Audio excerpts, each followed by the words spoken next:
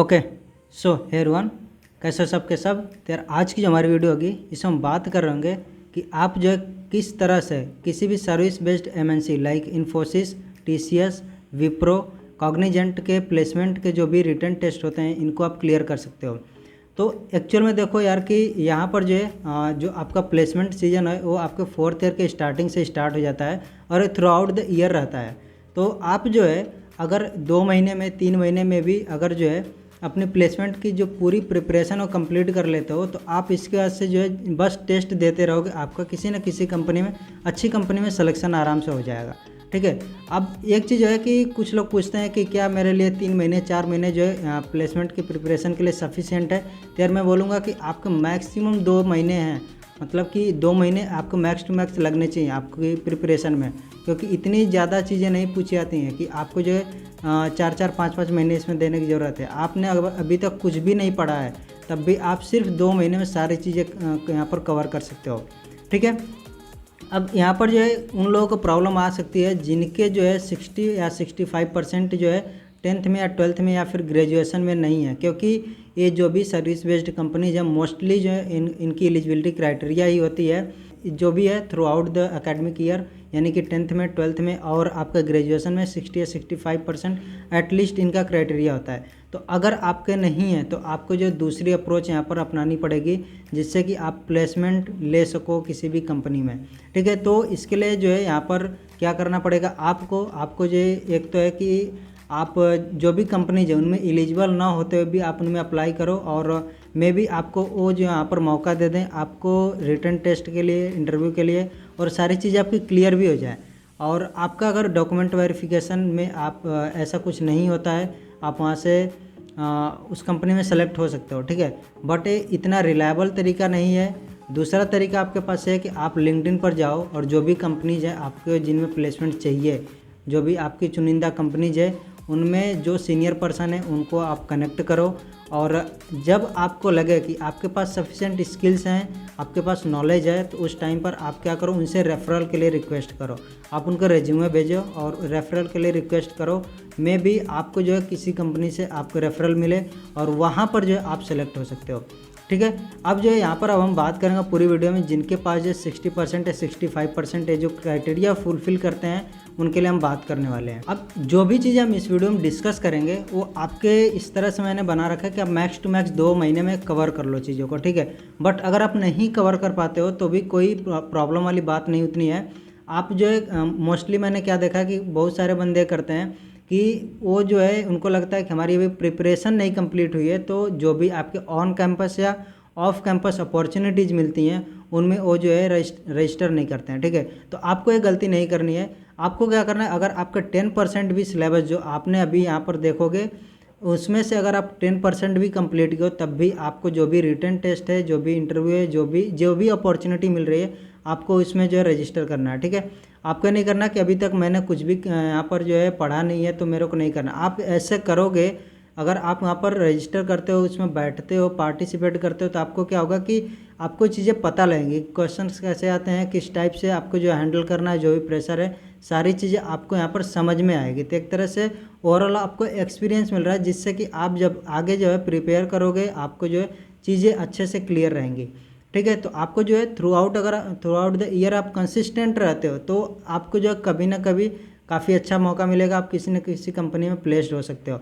अब यहाँ पर एक चीज़ के बारे में और बात करना चाहूँगा कि आप जो है मेरा टेलीग्राम चैनल जो कि है ऑफ कैंपस प्लेसमेंट उसको ज्वाइन कर सकते हैं, जहाँ पर मैं जो है ऑफ कैंपस जो भी प्लेसमेंट रिलेटेड चीज़ें हैं जैसे लाइक आपकी इंटर्नशिप हो गई, ट्रेनिंग हो गई या फिर जॉब पोस्ट हो गया, सारी चीज़ें हम वहाँ पर करते हैं। और आपको कोई चीज़ डिस्कस भी करना हुआ तो आप वहाँ पर डिस्कस कर सकते हो।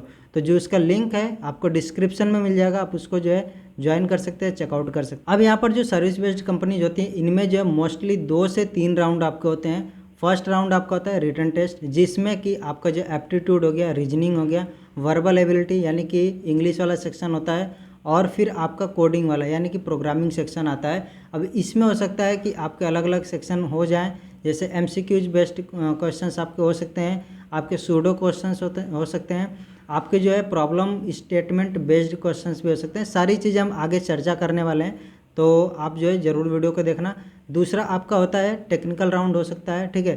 और HR राउंड तीसरा। अब काफ़ी टाइम जब यहाँ पर जब से कोविड टाइम आया है तब से जो है क्या हुआ है कि आपका जो टेक्निकल राउंड है और जो HR राउंड है काफ़ी कंपनियों ने मर्ज कर दिया है। तो सेम जो है आपका 10 से 15 मिनट में ही टेक्निकल और HR राउंड वो एक ही राउंड में एक ही कॉल में आपसे वो ले लेते हैं, ठीक है। तो मोस्टली जो है आपके 2 से 3 राउंड होते हैं ही। अब जो है हम बात करते हैं कि आपके जो है एप्टीट्यूड जो आपका आता है उसमें क्या क्या टॉपिक्स हैं जो आपको पढ़ने चाहिए। अब ये जो मैं टॉपिक्स बताने वाला हूँ, जो भी एप्टीट्यूड का हो गया, रीजनिंग का हो गया, आपके कोडिंग वाले हो गए, ठीक है, ये सारे जनरल टॉपिक्स हैं। हो सकता है कि किसी में एक टॉपिक 2 टॉपिक ना भी आए, किसी में हो सकता है कि कोई और एक आध टॉपिक जुड़ सकता है, बट ये जो है ओवरऑल जो टॉपिक्स आपके हैं ये मोस्टली आपके पूछे जाएंगे, यानी कि मान के चलो कि 90% जो सिलेबस होगा इनमें से कवर हो जाएगा। अब यहाँ पर जो है एप्टीट्यूड या फिर न्यूमेरिकल एबिलिटी जो हमारी होती है, इसमें सबसे फर्स्ट है आपका डेटा इंटरप्रिटेशन, जो मैंने यहाँ पर लिख रखा है। अगर डेटा इंटरप्रिटेशन में क्या है, जिनको नहीं पता है तो आपने बहुत बार ऐसे क्वेश्चंस देखे होंगे, जैसे सर्कल बना दिया, ठीक है, और इसमें बोल देगा कि ये जो है 20% समथिंग है, ये 30% समथिंग है, और ये 10% समथिंग है, और इसके बारे में कुछ बता देगा। तो इस पे बेस्ड जो आपके क्वेश्चंस होते हैं ये आपके होते हैं डेटा इंटरप्रिटेशन। अब ऐसे भी हो सकता है आपको कई बार क्या होता है, ऐसे बार ग्राफ बना करके क्वेश्चंस पूछ लेता है, ठीक है। तो ये सारे क्या है आपके डेटा इंटरप्रिटेशन के क्वेश्चंस है। स्टैटिस्टिक्स के जो आपके कैसे क्वेश्चंस होते हैं, इसमें आपका हो जाता है मीन, मीडियन, मोड, आपके जो फ्रिक्वेंसी वाले ये सारे क्वेश्चंस होते हैं, इसमें आपके स्टैटिस्टिक्स के क्वेश्चंस आ जाते हैं। अब ये जो भी टॉपिक्स हैं आपको जो नोट करके रख लेना है, जिससे कि आप धीरे धीरे जब कवर करो तो आपको पता लगे कि हाँ यार ये मैंने टॉपिक्स कवर कर लिए हैं और ये मेरे टॉपिक्स अभी भी बचे हुए हैं, ठीक है। आपको इन पे प्रैक्टिस करना है, इनके सबसे पहले थ्योरी पार्ट को कवर कर लेना है, फिर आपको जो है इनके क्वेश्चंस को प्रैक्टिस करना है। अब आपके टाइम वर्क, ये आई थिंक ये चीज़ें आपको पता होगी। मेंसुरेशन में आपका हो जाएगा जो भी सर्कल से हो गया या फिर स्क्वायर से हो गया, कौन से रिलेटेड क्वेश्चंस होते हैं सारे आपके मेंसुरेशन में आ जाएंगे। नंबर सिस्टम में आपके जैसे बहुत बार क्या होता है, सिंप्लीफाई करने के लिए देता है, या फिर बोर्ड मास आपका जो होता है उसके बेस्ड क्वेश्चंस होते हैं। ये इस टाइप के क्वेश्चंस आपके नंबर सिस्टम में पूछे जाते हैं। टाइम, स्पीड, डिस्टेंस, ये भी आपके जनरल क्वेश्चन है, आपने ज़रूर कहीं ना कहीं ऐसा क्वेश्चंस को किया होगा। रेशियो प्रोपोर्शन, ये भी जो है आपने क्वेश्चंस देखे होंगे। फिर simple interest, compound interest, percentage, profit loss, mixture allegation, और परमुटेशन और प्रोबेबिलिटी, ठीक है। तो ये जो 2 टॉपिक्स हैं ये काफ़ी कंपनीज में नहीं पूछे जाते हैं, बट कुछ कंपनीज में पूछे जाते हैं, ठीक है। अब जो है आप देखो, जो प्रॉफिट एंड लॉस है और ये परसेंटेज है, ठीक है। परसेंटेज का तो आप देखोगे सिंपल इंटरेस्ट में भी आपको मिल जाएगा कहीं ना कहीं, फिर रेशियो प्रोपोर्शन में भी मिल सकता है, आपका जो प्रॉफिट लॉस में मिलेगा, एलिगेशन में मिल सकता है। तो जो परसेंटेज वाला होता है वो मोस्टली आपको बहुत सारे टॉपिक्स में जो मर्ज करके मिलते हैं। अब जैसे प्रॉफिट लॉस का भी क्वेश्चन होता है तो उसको भी कहीं ना कहीं मर्ज कर सकते हैं किसी और क्वेश्चन में। तो ये जो टॉपिक्स हैं ये बहुत ही ज़्यादा पूछे जाते हैं, इनके बारे में अगर मैं बोलूँ तो, ठीक है। आपको इनको नोट करके रखना है। अब यार इनको आपको पढ़ना कहाँ से, तो यहाँ पर जो है मैंने जो प्लेसमेंट वाली प्लेलिस्ट बना रखी है उसमें आपको एप्टीट्यूड वाले बहुत सारे क्वेश्चंस मिल जाएंगे। आप वहाँ से जा कर के सारे क्वेश्चंस को ट्राई कर सकते हो, उनके सॉल्यूशंस को देख सकते हो, ठीक है। तो आई होप कि आपको आइडिया लग गया होगा कि किस टाइप के जो है क्या आपके जो है यहाँ पर टॉपिक्स होते हैं जो एप्टीट्यूड में आपके पूछे जाते हैं। अब जो है कुछ लोगों का क्वेश्चन होगा कि ये जो क्वेश्चंस होते हैं इनका लेवल क्या होता है। अब यार देखो, लेवल जो है हर किसी के लिए कुछ अलग हो सकता है। किसी के लिए जो हम अभी बोलें ईजी है, किसी के लिए हो सकता है वो हार्ड लगे, या फिर जो किसी के लिए मैं बोलूँ कि यार ये मीडियम लेवल का क्वेश्चन है, किसी को हार्ड लगे। तो यहाँ पर ये जो एकदम रेस्पेक्टिव चीज़ है, किसी को कुछ लग सकता है, किसी को कुछ। तो बट अगर मैं अपने अकॉर्डिंग बोलूँ तो सारे क्वेश्चन जो होते हैं आपके ईजी से मीडियम लेवल के ही आते हैं, क्योंकि उस हिसाब से इनके टाइमिंग भी डिसाइड होता है कि 1 से 2 मिनट में ही आपके क्वेश्चंस हो जाने चाहिए। तो उसी के अकॉर्डिंग जो है आपके क्वेश्चंस भी होते हैं कि इनका जो है डिफ़िकल्टी लेवल क्या होगा। अब जो हम आते हैं रीजनिंग पर, तो रीजनिंग में आपका जो है सबसे पहले यहाँ पर कोडिंग डिकोडिंग आप क्वेश्चन देख सकते हो। अब जितने भी यहाँ पर मैंने क्वेश्चंस को इंक्लूड कर रखा है, इनका जो सॉल्यूशन होगा मैं वीडियो के एंड में देने वाला हूँ, जिससे कि आप जिसको भी ज़रूरत होगी वो इस सॉल्यूशन को देख सकता है। बाकी लोग जो है यहाँ पर देख लें कि टॉपिक्स क्या है, ठीक है। कोडिंग डिकोडिंग में आपका क्या होगा कि इस तरह से क्वेश्चन है, इसको जो है ये लिखा गया है तो इसको क्या किस तरह से लिखा जाएगा, इस टाइप के क्वेश्चंस आते हैं। कट्स और अनफोल्ड, इसमें आप देख सकते हो पासा वाले क्वेश्चंस मोस्टली आ जाते हैं, ठीक है। अब ये जो है सिर्फ कुछ कंपनीज में ही आते हैं, ये जो कट्स और अनफोल्ड वाले आते हैं। पासा वाले में क्या होता है कि ऐसे आपको जो है बना करके दे देगा, ठीक है। और यहाँ पर मान लो कि 2 दे दिया, 1 दे दिया, 3 दे दिया, ठीक है। तो इसको क्या बोलेगा, इसको अनफोल्ड करो। तो अनफोल्ड करने पर कौन सा जो है आपका 4 ऑप्शन में से सही रहेगा उसको आपको करना रहेगा, ठीक है। तो आप जो है अगर पासा को कैसे अनफोल्ड करते हैं सारी चीज़ें अगर आपने पढ़ रखी होगी तो आप इसको आसानी से कर सकते हो। बहुत ही इजी टाइप के क्वेश्चंस होते हैं। अगर आपने इस पर 15 से 20 मिनट भी दे दिया तो आपके क्वेश्चंस हो जाएंगे, अगर आपने पहले से प्रैक्टिस कर रखी होगी 15 से 20 मिनट भी, तो ठीक है। अब आगे इसके आता है वेन डायग्राम। वेन डायग्राम में कुछ इस तरह के होते हैं कि जैसे यहाँ पर दिया है कि क्या जो है कौन सा यहाँ पर वेन डायग्राम होगा जो इस रिलेशन वोमन, मदर और इंजीनियर को यहाँ पर डिनोट करेगा, अच्छे से डिनोट कर रहा होगा, ठीक है। अब अगेन मैं बोल रहा हूँ कि जो भी आपके सॉल्यूशंस होंगे वो वीडियो के एंड में आपको मिलेंगे। अभी मैं सिर्फ आपको टॉपिक्स बता रहा हूँ क्या क्या टॉपिक्स आते हैं। ब्लड रिलेशन, आई होप कि आपको ये पता होंगे ब्लड रिलेशन के कैसे क्वेश्चंस होते हैं। फिर आपका हो जाता है सिलोजिज्म के क्वेश्चंस। इसमें क्या होता है कि जैसे यहाँ पर बोल दिया कि ऑल बिल्डिंग्स आर चॉक्स और नो चॉक इज कॉफ़ी, तो इसमें आपको कंक्लूजन आता है, ठीक है, कि यहाँ पर जो है इन 2 स्टेटमेंट के बेस पर कौन सा कंक्लूजन आप निकाल सकते हो। अब यहाँ पर जो है आपका ऑप्शन में रहेगा वन कंक्लूजन, सेकंड कंक्लूजन, या फिर जो है यहाँ पर रहेगा 1 फॉलोज, सेकंड फॉलोज, या फिर 1 and second both follows, neither 1 nor second follows, ठीक है। यानी कि कंक्लूजन का ये हो गया कि ये वाला कंक्लूजन सही है, सेकंड वाला सही, या फिर दोनों नहीं सही है, दोनों सही। इस तरह के आपके 4-5 ऑप्शन मिल जाते हैं, आप उनमें से सेलेक्ट कर सकते हो इन दोनों स्टेटमेंट के बेस पर, ठीक है। अब इनको कैसे सॉल्व करना है आगे लास्ट में हम देखने वाले हैं। फिर आता है आपका डेटा सफिशिएंसी का क्वेश्चन। डेटा सफिशिएंसी में क्या है कि यहाँ पर दे रखा है कि how many childrens does M have, यहाँ पर एक क्वेश्चन पूछ लेगा, ठीक है। अब आपको स्टेटमेंट 2 मिलेगा। इस स्टेटमेंट में जो है कौन सा स्टेटमेंट है जो इस वाले क्वेश्चन का आसानी से जो है सॉल्यूशन दे सकता है, या सिर्फ ये फर्स्ट वाला, या फिर सिर्फ सेकंड वाला, या फिर दोनों मिल करके देंगे, या फिर जो कोई भी नहीं दे पा रहा है। तो यहाँ पर आपको इस तरह से 4 option A, B, C, D और ई, इस तरह से जो आपके 4 ऑप्शन मिलते हैं, ठीक है। अब जो है एनालॉजी वाले क्वेश्चंस आप कहते हैं। एनालॉजी वाले क्वेश्चंस का मतलब हो जाएगा कि जैसे कि यहाँ पर क्या होगा, विंडो जैसे रिलेटेड है पेन से, ठीक है, उसी तरह से बुक जो है किस चीज़ से रिलेटेड होगा, तो आपको इसमें से सेलेक्ट करना होगा ऑप्शंस में से। ये आपके 4 ऑप्शन यहाँ पर है, ठीक है। फिर आपका आता है अनबॉक्सिंग का क्यूब। सेम चीज़ जो ऊपर मैंने फोल्ड अनफोल्ड वाला बता रखा था, ठीक है। अब देखो यार, फोल्ड अनफोल्ड का एक्चुअल में जो है उतना काफ़ी बार जो अलग टाइप के भी क्वेश्चंस आ जाते हैं, जिसमें आपको एक फिगर दिया होता है उसको फोल्ड अनफोल्ड करने के लिए भी देता है, बट ये बहुत ही कम पूछता है। तो इसलिए मैंने आपको बोला कि यहाँ पर जो है आप पासा वाला जो फोल्डिंग वाला है उसको ही सिर्फ पढ़ें, क्योंकि पासा वाले क्वेश्चंस आते हैं, ठीक है। तो अनबॉक्सिंग और क्यूब, ठीक है, ये सेम चीज़ है, पासा की ही बात की जा रही है, अनबॉक्सिंग और क्यूब का है। सेटिंग अरेंजमेंट, इस पे जो है क्वेश्चंस आते हैं, अच्छे क्वेश्चंस होते हैं। अब यहाँ पर होता क्या है चीज़ कि आपके एक क्वेश्चन देगा और उस पर बेस्ड जो है कम से कम 4 या 5 क्वेश्चंस मोस्टली दे देते हैं, ठीक है। तो उससे होता क्या है कि अगर आपने सेटिंग अरेंजमेंट को करने में सिर्फ 4 मिनट 3 मिनट दे दिया तो आपके जो 4-5 क्वेश्चन हैं वो सभी आपके सही हो जाएंगे। लेकिन अगर आपने सही इसको सॉल्व किया तब आपके वो 4-5 क्वेश्चन सही होंगे। अगर आपने गलती कर दिया तो हो सकता है कि आपके जितने भी क्वेश्चंस का आंसर है सभी के सभी गलत हो जाए, ठीक है। तो इसका कुछ पॉजिटिव साइड भी है, इसमें कुछ निगेटिव साइड भी है।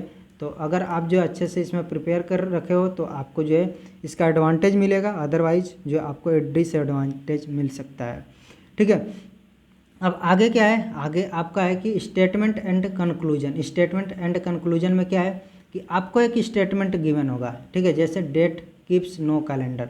आपको कंक्लूजन क्या निकल रहा है, इस वाले स्टेटमेंट को पढ़ के क्या कंक्लूजन निकल रहा है, इसमें से आपको सेलेक्ट करना होगा, ठीक है। अब नेक्स्ट हमारा आता है पजल्स। पजल्स में जो है आपके बहुत अलग अलग टाइप के क्वेश्चंस मिल जाएंगे।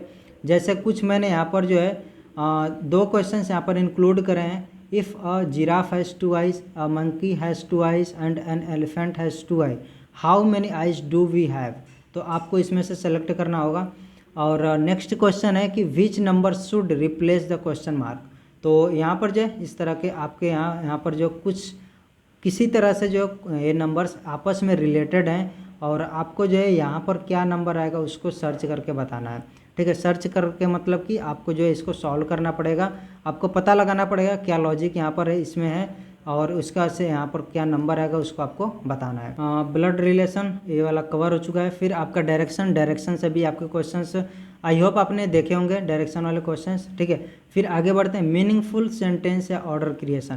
तो इसमें क्या होता है कि आपको जैसे यहाँ पर दे दिया, जैसे क्वेश्चंस मैंने दे रखा है कंट्री, फर्नीचर, फॉरेस्ट, वुड और ट्रीज, ठीक है। तो आपको जो यहाँ पर क्या करना होता है, एक मीनिंगफुल सेंटेंस है ऑर्डर में चीज़ों को यहाँ पर रखना होता है जिससे कि कोई एक लॉजिकल ऑर्डर बन सके, ठीक है। जब हम इसको सॉल्व कर रहे होंगे तो आपको ये चीज़ और क्लियर हो जाएगी। जैसे मैं इसको अभी समझा देता हूँ। यहाँ पर हमारा क्या होगा कि हम बोल सकते हैं क्या होगा कि कंट्री के अंदर क्या है आपका फॉरेस्ट है, ठीक है, और फॉरेस्ट के अंदर क्या होगा आपका ट्री होगा और ट्री से क्या मिलेगा हमें वुड मिलेगा और वुड से आप क्या करोगे फर्नीचर बनाओगे। तो इस तरह से आपका ऑर्डर यहाँ पर मिल सकता है 1 then 3 then 5 then 4 then 2। तो ये इस तरह से आपका ऑर्डर होगा जो कि लॉजिकल एक सीक्वेंस में आपको चीज़ें दिख रही हैं, ठीक है। अब ऐसे ही लेटर सीरीज या फिर नंबर सीरीज पे क्वेश्चंस आपके आते हैं जिसमें आपको जो है देखना होता है क्या लॉजिक अप्लाई हुआ है और उस लॉजिक प्रीवियस वाले लॉजिक के बेस पर जो है यहाँ पर क्या चीज़ फिल होगा। ऐसे ही ये नंबर्स वाले में भी आ जाता है, ठीक है, नंबर या लेटर सीरीज हो गया। तो ये तो था हमारा रीजनिंग वाला पार्ट। अब हम देखते हैं कि हमारे जो इंग्लिश वाले सेक्शन होते हैं इसमें कैसे किस टाइप के क्वेश्चंस होते हैं। अब यहाँ पर मैंने बहुत ज़्यादा क्वेश्चंस को इंक्लूड नहीं किया है बट मैं ट्राई करूँगा कि आपको चीज़ें समझा सकूँ, बता सकूँ। सबसे पहले रीडिंग कंप्रीहेंशन, आपको एक पैरा दे दिया होगा, उस पैरा के बेसिस पर जो है आपसे 4-5 क्वेश्चंस पूछ ले जाएंगे, ठीक है। तो आपने जितना भी टाइम देना होगा उस पैरा को पढ़ने में आपको जो है कम से कम 1 से 2 बार आपको पढ़ना पड़ता है। फिर आपको उसके बेस पर कुछ क्वेश्चंस होते हैं उनको आपको आंसर देना होता है। फिर आपका होता है सेंटेंस करेक्शन, ठीक है। इसमें क्या होता है कि जैसे यहाँ पर बोल्ड थोड़ा सा आप देख रहे होगे, बोल्ड में ये चीज़ लिखा हुआ है, तो इसमें क्या होता है कि ये जो बोल्ड में लिखा है इसमें कुछ गलती है। अब हो भी सकती है नहीं भी हो सकती है, आपको जो है क्या करना होता है अगर कोई गलती है तो ऑप्शंस में से चूज करके बताना होगा कि यहाँ पर क्या होना चाहिए। और कोई गलती नहीं है तो नो करेक्शन रिक्वायर्ड ये वाला ऑप्शन आपको चूज करना होता है, ठीक है। तो इस टाइप के क्वेश्चन आपके आते हैं। फिर सेंटेंस कंप्लीशन में क्या आपका आएगा कि आपको जो एक सेंटेंस गिवन होगा और इसमें से आपके ये 4 ऑप्शन जैसे आप यहाँ पर देख रहे हो, आपके ये 4 ऑप्शन होते हैं। इन 4 ऑप्शन में से आपको चूज करना था कि कौन से यहाँ पर जो वर्ड होंगे जो इस सेंटेंस को सही से जो है फिल कर रहे होंगे आपके, तो उनको आपको चूज करना होता है। फिर आपका आता है एरर आइडेंटिफिकेशन। तो एरर आइडेंटिफिकेशन में मैंने यहाँ पर क्वेश्चन नहीं इंक्लूड किया है बट मैं बता देता हूँ होता क्या है कि जैसे आपका क्या होगा कि एक सेंटेंस गिवन होगा, ठीक है, और उस सेंटेंस में क्या करेगा कि ए पार्ट कर देगा इस सेंटेंस का, फिर बी पार्ट जैसे यहाँ पर मैं फॉर एग्जांपल राम गो, और C part two, D part home, ठीक है। तो इसमें से कहाँ पर गलती है वो आपको जो ऑप्शन में दे देगा कि इस वाले पार्ट में गलती है कि बी वाले में कि सी वाले में कि डी वाले में। तो आप देखो यहाँ पर क्या होना चाहिए था, गोज होना चाहिए था, तो हमारा क्या बी वाले पार्ट में गलती है तो आप बी वाले को सेलेक्ट कर लोगे। तो ये होता है आपका एरर आइडेंटिफिकेशन। फिर सिनोनिम्स एंटोनिम्स हो गया, ये आपको पता होगा। सेंटेंस अरेंजमेंट में क्या होता है कि जैसे आपने यहाँ पर देखा कि राम गोज टू होम है, ठीक है, तो आप क्या करोगे यहाँ पर सेंटेंस अरेंजमेंट में कुछ अलग अलग सेंटेंस होते हैं और यहाँ पर जो आपका दे दिया सपोज कि टू होम, फिर आपका बी वाले पार्ट में दे देगा राम और सी वाले पार्ट में दे देगा गोज। तो आपको सेंटेंस इससे एकदम कंप्लीट करना था। आप क्या करोगे, आप लिखोगे आपका सही सीक्वेंस क्या होना चाहिए। यहाँ पर आपका सही सीक्वेंस होगा बी, देन आपका होगा सी, देन होगा ए। तो ए आपका जो है ऑप्शन में अलग अलग टाइप से गिवन होगा तो आप ए वाला सीक्वेंस को सेलेक्ट कर सकते हो, बी सी और ए वाला आपका हो जाएगा सेंटेंस अरेंज्ड सेंटेंस हो जाएगा।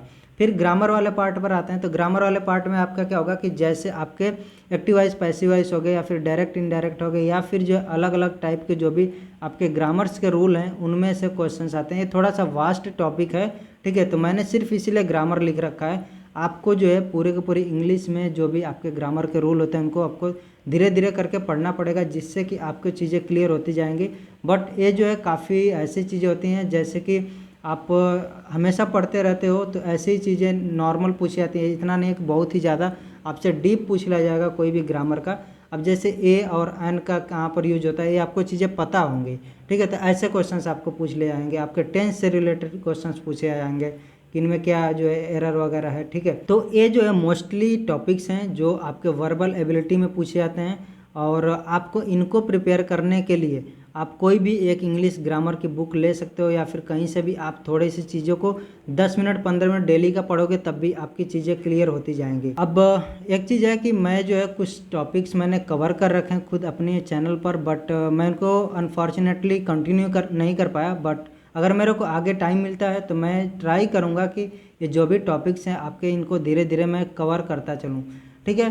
तो बाकी अब आगे चलते हैं अपने प्रोग्रामिंग वाले सेक्शन पर, जिसमें काफ़ी लोगों को बहुत ज़्यादा प्रॉब्लम होती है। अब प्रॉब्लम क्या होती है, काफ़ी लोग कह रहता है कि यार उनको प्रोग्रामिंग बिल्कुल भी नहीं आती है।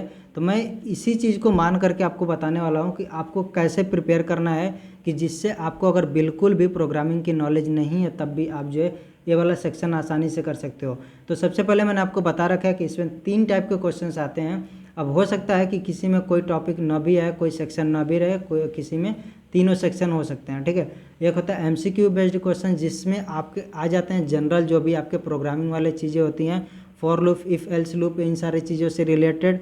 बाकी आपके डेटा स्ट्रक्चर से भी रिलेटेड कुछ चीज़ें पूछी जाती हैं, बल्कि वो क्या होती हैं आपके पूरा का पूरा थ्योरी पार्ट होता है, ठीक है। आपका एल्गोरिदम होता है उसमें भी पूरा थ्योरी पार्ट होता है, इससे आपके MCQ क्वेश्चंस पूछे जा सकते हैं।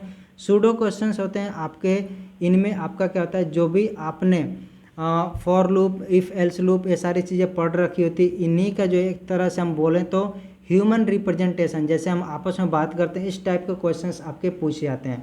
अब सूडो बेस्ड क्वेश्चन जो है मैंने अपने चैनल पर ऑलरेडी बता रखा क्या होता है, इसका लिंक मैं आपको डिस्क्रिप्शन में दे दूंगा कि आप जिससे जाकर के और अच्छे से फेमिलियर हो सको कि सूडो कोड के क्वेश्चंस कैसे होते हैं, आप उनको कैसे सॉल्व करोगे। फिर आपका आता है प्रॉब्लम स्टेटमेंट बेस्ड क्वेश्चंस, तो इस पर बहुत सारे वीडियोज़ मैंने बना रखी है। अगर मैं आपको बोलूँ कि जितने भी वीडियोज़ मेरे चैनल पर जो पड़ी हैं अभी प्रॉब्लम स्टेटमेंट बेस्ड जो क्वेश्चंस है, अगर आप उनको आसानी से सॉल्व कर लेते हो तो आपको किसी भी सर्विस बेस्ड कंपनी में जो भी problem based statement based questions आएंगे उनमें कोई भी प्रॉब्लम नहीं आने वाली है, आपके सारे क्वेश्चन सॉल्व हो जाएंगे। बस आपका थोड़ा सा जो है आपका जो लॉजिकल माइंड है वो चलना चाहिए, ठीक है। क्योंकि अगर आप कहीं पर लॉजिक नहीं क्रिएट कर पाओगे तो हो सकता है कि उसमें आप फंस जाओ। बट जो आपके फंडामेंटल चीज़ें हैं, जो आपके नॉलेज है, जो जितनी आपके कोई प्रोग्रामिंग लैंग्वेज में नॉलेज चाहिए वो इसी से कवर हो जाएंगी, ठीक है। अब आपके जो है क्या क्या टॉपिक्स आते हैं, इसमें टॉपिक्स की बात करें तो फंडामेंटल ऑफ प्रोग्रामिंग, ठीक है, और फिर कंडीशनल और लूपिंग स्टेटमेंट, जिसमें आपका फॉर लूप हो गया, वाइल लूप हो गया, और फिर एरेज की बात करें तो ये भी आपका है एरेज और स्ट्रिंग और एरेज, ठीक है। इससे बहुत ज़्यादा क्वेश्चंस पूछे जाते हैं। और आपके लूप, ये 3 चीज़ें आपस में एक तरह से समझो कि प्रॉब्लम स्टेटमेंट बेस्ड जो क्वेश्चंस होते हैं इनमें यही चीज़ें मेनली होती हैं, ये 3 चीज़ें, ठीक है। और काफ़ी जगह पर क्या होता है कि आपके जो आस्काई कैरेक्टर्स होते हैं इनका यूज होता है। तो जो भी आपके अपर केस लोअर केस में आपका स्मॉल ए से स्मॉल जेड और कैपिटल ए से कैपिटल जेड है, अल्फ़ाबेट्स है, इनके आपके आस्काई कैरेक्टर्स याद होने चाहिए, ठीक है। आपके डिजिट्स के क्या आस्काई कैरेक्टर्स हैं और स्पेशल कैरेक्टर्स में आप सिर्फ जो है कुछ कैरेक्टर्स को ही ध्यान रख सकते हैं, या फिर उनको नहीं भी याद रखोगे तो काम चल जाएगा। बट मोस्टली आपके हैश वाले सिंबल आप याद रख सकते हो, @ और एक स्पेस, ठीक है। ये 3 सिंबल्स के आप जो है आस्काई वैल्यूज याद रख सकते हो। अब एक चीज़ है कि कहीं कहीं पर थोड़ा सा जो एडवांस में जाते हैं, जो प्रॉब्लम स्टेटमेंट बेस्ड क्वेश्चंस हैं वो पूछ लेते हैं वेक्टर्स पे बेस्ड क्वेश्चंस, ठीक है। तो ये थोड़ा सा एडवांस टॉपिक है, बट इसको मैं कवर करने वाला हूँ, आपको समझाऊंगा कि कैसे जो आप बहुत ज़्यादा नॉलेज ना रखते हुए भी इसके क्वेश्चंस को सॉल्व कर लोगे। अगर आपने एरेज को पढ़ रखा है तो आपको वेक्टर्स को करने में कोई ज़्यादा प्रॉब्लम नहीं आएगी, ठीक है। तो ये हमारे इतने टॉपिक्स हैं। और मैंने आपको बता दिया कि सूडो कोड के जो क्वेश्चंस होते हैं उस पर मैंने अलग से एक वीडियो बना रखी है, आप उनको चेकआउट कर सकते हैं, वीडियो का लिंक डिस्क्रिप्शन में मिल जाएगा, ठीक है। प्रॉब्लम स्टेटमेंट बेस्ड जो भी क्वेश्चंस हैं उनके भी वीडियोज़ मैंने ऑलरेडी डाल रखे हैं, ठीक है। तो जो भी सारी चीज़ें हैं ये आपके टॉपिक्स हैं और कैसे क्वेश्चंस आते हैं। अगर और कोई भी डाउट है तो आप जो पूछ सकते हैं, टेलीग्राम चैनल को आप ज्वाइन कर सकते हैं, वहाँ पर मेरे से डायरेक्ट पूछ सकते हैं, ठीक है। और कोई भी डाउट है तो कमेंट भी कर सकते हैं। मिलते हैं नेक्स्ट वीडियो में कुछ और भी चीज़ों के साथ, जहाँ पर हम जो है हो सकता है कि कुछ क्वेश्चंस को सॉल्व करें जो प्रीवियस ईयर आपके आ रखे हैं जो भी एमएनसीज हैं उनमें। और आगे कुछ 1 महीने में हम आई थिंक जो है आपको मैं बताने वाला हूँ कि आप इंटरव्यू को कैसे क्रैक कर सकते हो। ठीक है, आपके क्या क्या चीज़ें उसमें पूछी जाती हैं, किस तरह की चीज़ें पूछी जाती हैं, क्या क्या चीज़ें ध्यान रखनी चाहिए। तो मिलते हैं नेक्स्ट वीडियो में। So till then take care, bye bye.